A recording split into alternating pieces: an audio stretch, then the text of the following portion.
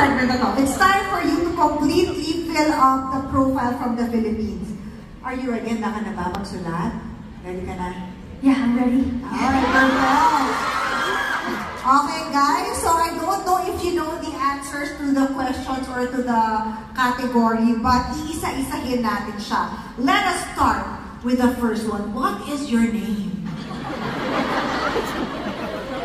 I'm kind of cringe.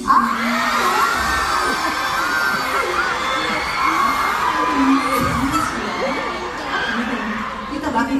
Okay. Yeah. As we said, Just a moment, please. just a moment. Okay. Direct.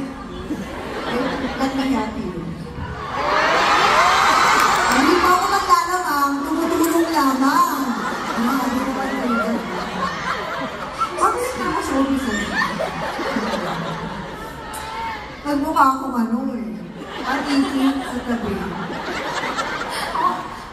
저 지금 약간 조금 심쿵. medyo I got thrilled na umupo si Queen sa tabi ko. Okay lang. Don't get so flustered. It's just me. I'm just kidding. Pero guys, nakaka-thank you Lord talaga yung ganito mga moment, diba? Alright, now. Ayan, ready? Can you try writing your name? Is it working? Yes. Ah, cute. What is your name? My name is Kim Ji-won.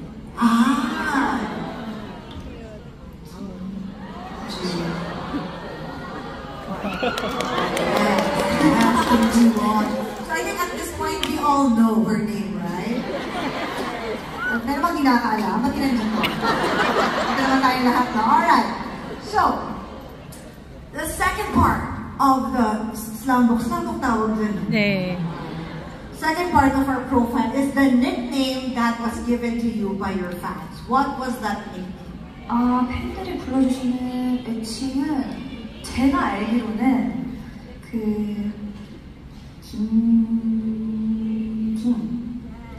The nickname na binigay sa akin ng mga fans ko, as I know, is Kim Ding. Yes, Kim Ding. Parang very cream Kim, ah. Why we would like to know what does Kim Ding mean? 제가 한국에서 조금 저를 귀엽게 처음에 불러주실 때 디원이 이렇게 불러주시다가 디원 When the fans were calling me in Korea, cute, they used to call me like Kim Diwon, and that actually evolved to being Kim Ding. Kim Diwon, Kim Ding. Sabay-sabay ka na tayo. Kim Ding! You want to have a nickname also from the Philippines? We have weird nicknames here. Baby. Baby, also. Baby is a real name in the Philippines. Baby, like baby, Ajuma, baby. Yeah, it's a real name. Sometimes your auntie is baby.